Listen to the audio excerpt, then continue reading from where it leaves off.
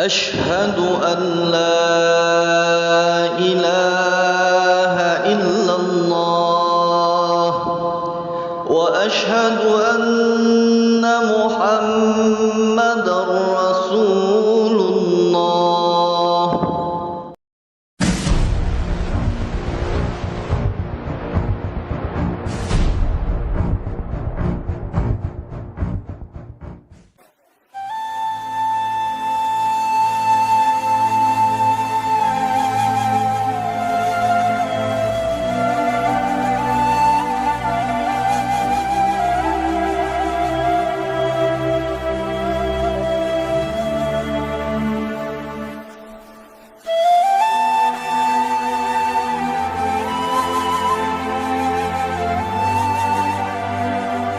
Kita tahu bahwa Islam ini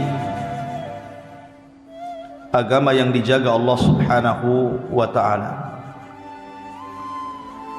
Inna nahnu nazzalna dzikra wa inna lahu lahafidhun. Sesungguhnya kami yang menurunkan adz-dzikra, Al-Quran dan yang semisalnya hadis-hadis Nabi sallallahu alaihi wasallam, dan kami pula yang menjaganya. Salah satu penjagaan terhadap hadis Nabi sallallahu alaihi wasallam adalah munculnya para penghafal hadis. Bahkan bukan hanya menghafal, tapi bisa membedakan mana hadis yang sampai kepada Nabi sallallahu alaihi wasallam, mana hadis yang tidak sampai. Di antaranya adalah Al-Imam Muslim Ibnul Hajjaj Ibn Muslim Al-Qushairi An-Naisabur, dan dia mendapatkan gelar ataupun kunyah Abul Husain. Ma'asyiral muslimin yang dimuliakan Allah Azza wa Jalla, Imam Muslim ini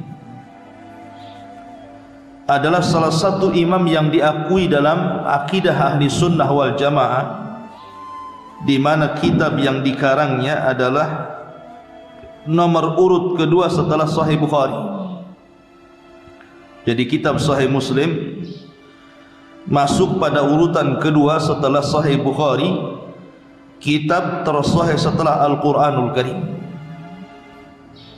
dan mengalahkan kitabnya Al-Imam Malik Al-Muwatta' Malik. Beliau dilahirkan di sebuah tempat namanya Naisabur. Sama dengan para ulama yang lainnya, dia juga belajar di waktu kecil, dan ketika itu beliau mulai belajar hadis Nabi sallallahu alaihi wasallam ketika usia beliau 12 tahun. Bahkan bapaknya Hajjaj ibn Muslim adalah seorang syekh, artinya juga seorang ulama, tapi tidak sekondang anaknya Muslim. Dan itu disebutkan oleh Muhammad ibn Abdul Wahhab Al-Farra, kana abuhu Al-Hajjaj minal masyikhah. Bapaknya Imam Muslim, Hajjaj ibn Muslim ini seorang syekh, suka dengan ilmu. Dan Imam Muslim juga dilebihkan dari kawan-kawannya dengan banyaknya safar dan rihlah. Jadi zaman beliau banyak orang-orang yang belajar hadis, tetapi Muslim ini dilebihkan karena Allah Subhanahu wa ta'ala berikan rizki yang cukup kepada Imam Muslim, sehingga Imam Muslim ini dilebihkan dengan banyak rihlah, banyak safar, sehingga gurunya banyak sekali. Dan harusnya seperti itu. Kalau Allah Subhanahu wa ta'ala memberikan nikmat kepada kita berupa harta, maka gunakan harta itu di jalan Allah Azza wa Jalla. Nah, di antara guru yang sangat spesial bagi Imam Muslim adalah Imam Bukhari. Jadi ketika Imam Muslim ini sampai di sebuah tempat namanya Bukhara di Khurasan, kemudian berjumpa dengan Imam Bukhari, dari situ Imam Muslim kemudian banyak bermulazamah dengan Imam Bukhari. Hampir seluruh thalabul ilminya, tahun-tahun talabul ilminya itu bersama Imam Bukhari, sampai-sampai dijelaskan oleh Muhammad ibn Yaqub al-Hafidh, ra'aitu Muslim ibn Hajjaj baina yadayil Bukhari yas'aluhu su'al as-sabi.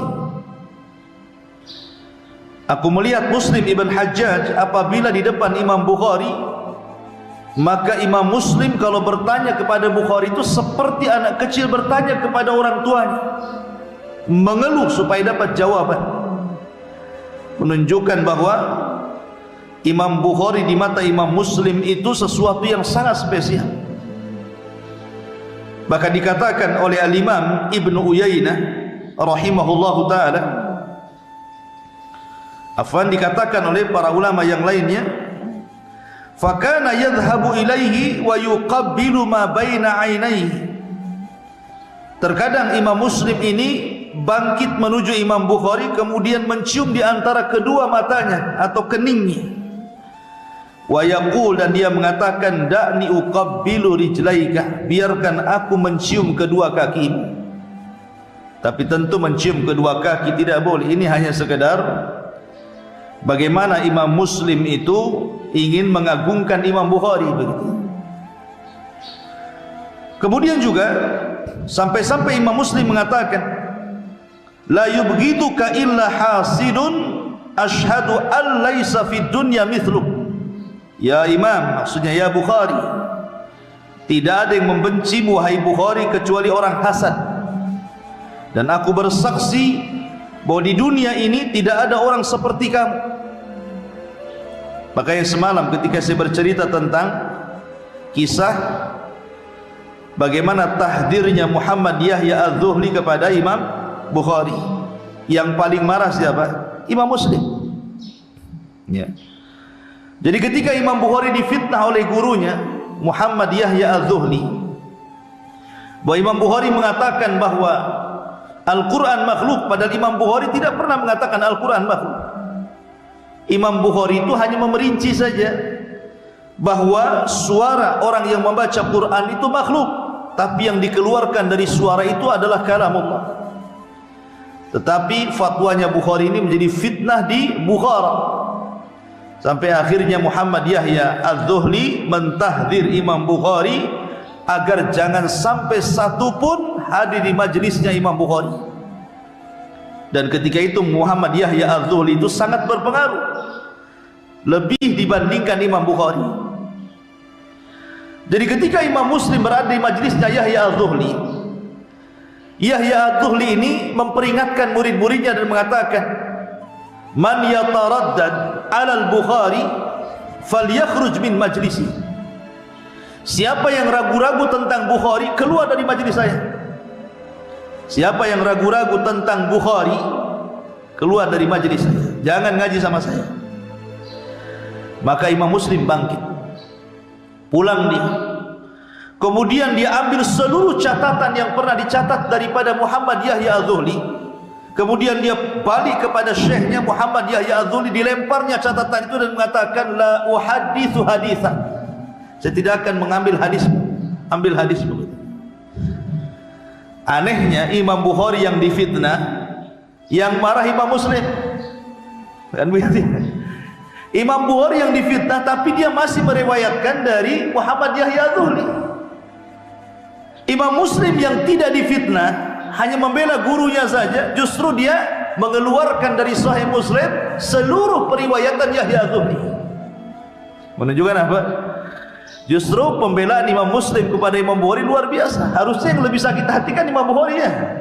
Harusnya Imam Bukhari yang tidak meriwayatkan dari Yahya Az-Zuhli karena dia yang memfitnahnya. Tapi kenapa pula Imam Muslim yang kemudian mengembalikan seluruh catatannya Yahya Az-Zuhli dan tidak masukkan dalam sahihnya? Menunjukkan apa? Pembelaan Imam Muslim kepada Imam Bukhari. Makanya kemudian Imam Muslim mengatakan, la yubghiduka illa hasid wa ashhadu an laisa fid dunya mithluk. Tidak ada yang membencimu wahai Bukhari kecuali orang yang hasad, dan saya bersaksi tidak ada orang yang seperti kamu di dunia ini. Ya, begitu hasadnya para ulama, ya ulama ya. Hasadnya para pedagang, hasadnya tukang bengkel, ya sesama tukang bengkel. Tak mungkin tukang bengkel hasad sama ulama, nggak nyambung ya. Jadi sesama para ulama, sesama profesi seperti itu. Kemudian dijelaskan oleh Imam Daruqutni rahimahullah ta'ala bagaimana beliau menjelaskan hubungan Imam Muslim dengan Bukhari. Yaqulu Daruqutni laula al-Bukhari ma raha muslimun walajah. Kalaulah bukan karena Imam Bukhari, tidak pernah datang orang namanya Muslim itu. Tidak pernah datang orang yang namanya Muslim. Kemudian wa yaqulu Ibnu Taimiyah rahimahullahu taala ittafaqal ulama ala anna al-Bukhari ajallu min Muslimin fil ulum wa a'rafu bi sina'atil hadithi wa anna Musliman tilmidhuhu wa khirrijuhu wa lam yazal yastafidu minhu wa yatba' atharahu. Kata Imam Ibnu Taimiyah rahimahullahu taala, sepakat para ulama, terjadi konsensus para ulama bahwa Imam Bukhari adalah imam yang lebih mulia dibandingkan Muslim dari segi pengetahuan, termasuk pengetahuan Bukhari tentang hadis, dan Muslim adalah tilmidnya, masih muridnya, dan senantiasa mengambil istifadah dari Imam Bukhari dan mengikuti jejak-jejaknya. Artinya bahwa Imam Muslim tidak bisa dipisahkan dari Imam Al-Bukhari karena dia adalah guru yang sangat mempengaruhi kehidupannya. Kemudian di antara syuyukhnya, di antara guru-gurunya, Imam Muslim ini tadi saya katakan di awal dilebihkan dari kawan-kawan talabatul ilmi dari segi rihlah. Karena Imam Muslim sekali lagi diberikan rizki yang banyak. Dia seorang tujar, pedagang. Jadi Imam Muslim itu seorang pedagang, dan pedagang sukses sampai jadi orang kaya Naisabur. Tetapi walaupun demikian dia tidak lupa dengan fuqara wal masakin. Makanya dikenal di Naisabur sebagai Muhsinu Naisabur. Imam Muslim itu dikenal di Naisabur itu orang yang paling dermawan. Walaupun kaya tapi dermawan gitu. Karena kalau orang kaya dermawan pasti dicintai orang. Kalau sudah kaya bakhil, wah, udah diludai orang biasanya. Lah Imam Muslim ini sebagai Muhsinun Naisabur, artinya dia orang yang paling dermawan di Naisabur, karena memang seorang tajir pedagang, seorang pedagang sukses. Tetapi walaupun dia menjadi pedagang yang sukses, tidak menghalangi Imam Muslim menjadi ulama hadis. Justru dengan kekayaannya dia rehlah ke sana kemari. Bahkan dijelaskan di antara bilangan gurunya adalah mi'atan wa ishruna rajulan. Dalam Sahih Muslim saja dia menyebutkan gurunya sampai 220 masyayikh. Kemudian juga di antaranya Imam Abu Quraish Al-Hafidh mengatakan hufadud dunya arba'ah. Orang yang paling hadis, yang paling hafal hadis di dunia ini 4 orang. Orang yang paling hafal hadis di dunia ini hanya 4 orang saja. Kemudian yang pertama Abu Zur'ah Ar-Razi. Abu Zur'ah Ar-Razi yang merupakan muhaddis di negeri Rai. Kemudian Muslim Ibn Hajjaj, seorang muhaddis dari Naisabur. Kemudian Abdullah Ad-Darimi, seorang muhaddis di Samarqand, dan Muhammad ibn Ismail atau dikenal Imam Bukhari, seorang muhaddis dari Bukhara. Katanya Abu Quraish Al-Hafidh yang mengatakan bahwa di dunia ini yang paling banyak hafalan hadis dari Rasul hanya 4 saja. Di Rai Abu Zur'ah Ar-Razi, kemudian di Naisabur Muslim ibn Hajjaj ibn Muslim, kemudian di Samarqand Abdullah Ad-Darimi, dan di Bukhara Muhammad ibn Ismail atau dikenal dengan Al-Imam Al-Bukhari. Taib. Imam Muslim ini memulai rihlah dalam talabul ilminya ketika usia 14 tahun. Jadi biasa para ulama kalau belajar maka akan belajar dari ulama negerinya dulu. Setelah kemudian ilmu-ilmu dari ulama negerinya diserap semuanya, baru ketika usia 14 tahun Imam Muslim pun kemudian safar ke Hijaz. Hijaz itu Mekah dan Madinah dan sekitarnya. Kemudian belajar dengan para ulama di situ. Kemudian setelah itu dia rihlah ke Basrah, kemudian rihlah ke Kufah, kemudian rihlah ke Baghdad, kemudian rihlah ke Rai, sampai ke Mesir, sampai ke Syam. Lah dari sinilah maka Imam Muslim banyak berjumpa dengan ratusan para ulama besar.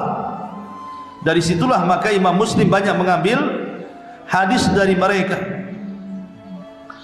Ada yang mengatakan bahwa ketika Imam Muslim memulai rihlahnya, dikatakan Imam Suyuti rahimahullahu ta'ala, jadi Imam Muslim itu pertama safar ke Basrah dulu. Ke Basrah dulu ketika itu usianya 14 tahun. Dari Basrah kemudian ke Hijaz, maksudnya untuk melaksanakan haji. Kemudian setelah melaksanakan haji tidak pulang di Hijaz, kemudian dia pun belajar hadis kepada para ulama hadis yang ada di Mekah dan juga ulama hadis yang ada di Madinah. Baru setelah itu kata Imam Suyuti dia safar ke Mesir, dia safar ke Syam, dia safar ke Irak, kemudian dia kembali ke Rai, kemudian ke Khurasan, akhirnya kemudian kembali kepada Naisabur dan menjadi alim ulama Naisabur. Yang menarik adalah kematiannya. Imam Muslim ini meninggal aneh, berbeda dengan para ulama yang lain. Jadi Imam Muslim suatu ketika memikirkan satu hadis. Jadi ada orang yang bertanya tentang satu hadis, dipikirkan satu hadis itu, dia mencoba menelaah satu hadis ini. Lah ketika kemudian dia menelaah satu hadis, kemudian didatangkan kurma yang banyak, makanan yang banyak itu ya, satu keranjang kurma diletakkan di sampingnya. Jadi saking asiknya dia baca hadis, diambil kurma, satu keranjang habis kurma itu. Akhirnya dia kekenyangan. Sebab kekenyangan itulah sebab kematian. Jadi Imam Muslim itu mati karena kekenyangan. Bayangkan coba. Dia beda dengan ulama yang lainnya. Jadi saking khusyuknya menelaah satu hadis itu, ngutip satu kurma satu, akhir satu keranjang habis. Sampai sudah habis satu keranjang besar itu karena dia nggak sadar menelaah satu hadis saking khusyuknya gitu ya. Akhirnya kekenyangan sakit. Sebab kekenyangan ini kata para ulama itulah sebab kematian Imam Muslim. Karena kekenyangan. Cuman beda kekenyangannya kita dengan kekenyangannya Imam Muslim ya. Kalau Imam Muslim kekenyangan karena menelaah hadis, ngemil gitu ya, sambil ngemil gitu. Kalau kita ngemilnya sambil nonton TV, matinya sambil nonton TV, kan beda. Maka harus dibedakan kematian Imam Muslim. Nah, di antara karya-karya beliau, Imam Muslim ini sebenarnya adalah pakar tentang masalah ilal dan jar wa ta'dil. Tetapi karena sangat terkenal musnad as-sahih atau disebut dengan sahih Muslim, makanya kemudian karya yang paling fenomenal yang kemudian diakui ulama dunia adalah sahih Muslim, padahal karyanya banyak ya. Di antaranya Kitabul Ilmi, Kitabul Wuhdan, Kitabul Afrad, Kitabul Aqran, Kitabul Mufradat, Kitabul Ilal, banyak karya-karya beliau. Tetapi karena yang paling fenomenal adalah sahih Muslim, dan itulah yang kemudian diakui oleh ulama dunia. Bahkan dijelaskan dia adalah kitab kedua tersahih setelah Al-Quranul Karim. Di antaranya adalah Imam Nawawi rahimahullahu ta'ala mengatakan, ajma'atil ummatu ala sihhati hadainil kitabainil Bukhari wa Muslim wa wujubul amali bi ahadithihima. Sepakat para ulama tentang sahihnya dua kitab ini, maksudnya Bukhari dan Muslim, dan wajib beramal dengan hadis-hadis yang dicantumkan oleh keduanya. Kemudian juga dijelaskan Al-Imam As-Sakhawi Sahihul Bukhari wa Sahihu Muslim as-sahhul kutub ba'da kitabillah. Sahih Bukhari dan Sahih Muslim adalah dua kitab yang paling sahih setelah Al-Quranul Karim. Dan dikatakan Imam Al-Haramain atau Imam Abul Ma'ali Al-Juwaini, "Lau halafa insanun bi talaqi imra'atihi anna ma fi sahihaini mimma hakama bi sihhatihi fi qaulin Nabi sallallahu alaihi wasallam lama alzamathu at-talaqu li ijma'i ulama'il muslimina ala sihhatihi." Kalaulah seseorang itu bersumpah telah menceraikan istrinya, sesungguhnya apa yang ada dalam dua sahih itu menghukumi tentang sahnya dari perkataan Nabi sallallahu alaihi wasallam, berarti dua kitab itu telah melazimkan talak karena adanya kesepakatan para ulama kaum muslimin tentang sahnya semua hadis yang ada pada Sahih Bukhari dan Sahih Muslim. Dan banyak lagi karya-karya beliau, bahkan Sahih Muslim ini sampai-sampai disyarah oleh banyak para ulama, sampai syarahnya itu mencapai 64 syarah dalam bahasa Arab dan 5 syarah dalam bahasa selain Arab. Di antara syarahnya adalah Al-Muallim bi Fawaidi Kitab Sahih Muslim karya Muhammad ibn Ali Al-Maziri. Kemudian juga Ikmal Al-Muallim fi Syarh Sahih Muslim karya Al-Qadi Iyad ibn Musa. Kemudian Al-Minhaj fi Syarh Al-Jami' As-Sahih lil Husain ibn Hajjaj. Kemudian juga Mukammil Ikmal Al-Kamal Muhammad ibn Yusuf. Kemudian juga Syarh Al-Syaikh Ali Al-Qari Al-Harawi Al-Hanafi. Kemudian juga Sirajul Wahhaj min Kashfi Mutalabati Sahih Muslim Ibn Hajjaj karya Siddiq Hasan Khan, seorang ulama yang mati dibom oleh orang yang tidak suka dengan beliau. Siddiq Hasan Khan itu ma'ruf ya. Jadi ketika dia mencatat di rumahnya, dia tidak disukai oleh musuh-musuhnya, dibom rumahnya dan meninggal. Siddiq Hasan Khan banyak karyanya ya, karena banyak orang-orang yang pengikut hawa nafsu dan juga ahlul bid'ah wal ahwa tidak suka dengan cara beliau, banyak membantah. Akhirnya ketika beliau di rumah sedang nulis, diletakkan bom dulu, hancur rumahnya ya. Tapi karya beliau luar biasa, Siddiq Hasan Khan ini terkenal. Nah, beliau juga menyarah kitab Sahih Muslim namanya Sirajul Wahhaj. Wallahu alam, ini di antara biografi singkat karena